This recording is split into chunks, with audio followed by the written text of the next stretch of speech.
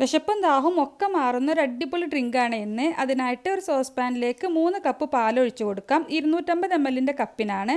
ഇനി 2 table spoon custard പൗഡറിലേക്ക് 1/4 cup പാൽ ചേർത്തിട്ട് നന്നായിട്ടൊന്ന് മിക്സ് ആക്കി എടുക്കാം.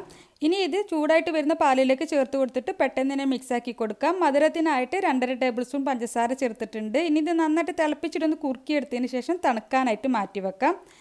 ഇനി മിക്സി ജാറിലേക്ക് 2 മീഡിയം സൈസിലുള്ള ക്യാരറ്റ് വേവിച്ചത് ചേർത്ത് കൊടുക്കാം. 1/2 കപ്പ് പാലും പിന്നെ മധുരത്തിന് ആവശ്യത്തിനുള്ള കണ്ടൻസ്ഡ് മിൽക്ക് കൂടി ചേർത്ത് കൊടുക്കാം. നമ്മുടെ മധുരത്തിനനുസരിച്ച് ചേർത്ത് കൊടുത്താൽ മതി.